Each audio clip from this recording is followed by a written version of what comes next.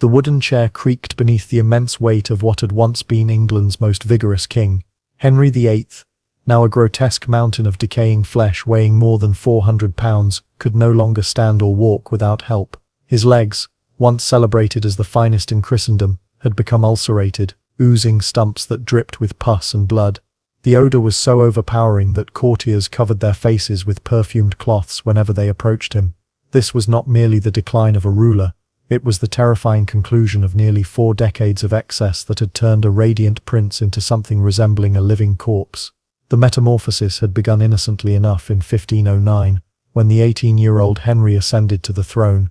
Towering at 6 feet 2, with a lean, athletic build, he embodied the very image of the Renaissance prince, handsome, skilled and vigorous.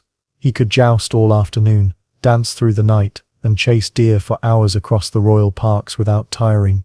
Yet even then, those closest to him noticed something troubling in his relationship with food. Unlike most nobles who dined for pleasure or sustenance, Henry ate with an intensity bordering on violence. The kitchens of Hampton Court Palace were not simple culinary spaces.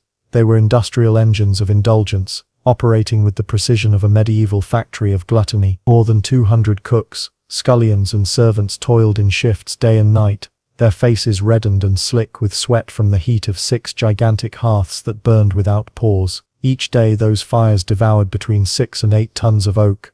The figures alone tell the story of Henry's monstrous consumption. At the height of his reign, the royal household slaughtered around 8,200 sheep, 2,330 deer, 1,870 pigs, 240 oxen, 760 calves, and 53 wild boars per year. And this was not food for the entire court. Much of it was reserved for the king himself. Contemporary observers recorded banquets where Henry would begin with a whole roasted peacock as an appetizer, proceed to an entire swan stuffed with smaller birds, and continue through massive joints of beef that could have sustained a family for a month. Quick reminder, hit subscribe to Rotten Ages for more dark history, and comment below to tell me where you're tuning in from. I love seeing how far these stories travel. What made Henry's appetite especially disturbing was its ritualistic, almost ceremonial nature. Meals were not eaten, they were staged, performed like grand grotesque spectacles of dominance. The king would sit enthroned at the head of an enormous table, surrounded by dozens of platters arranged in geometric perfection. Each course was presented with trumpets and fanfare,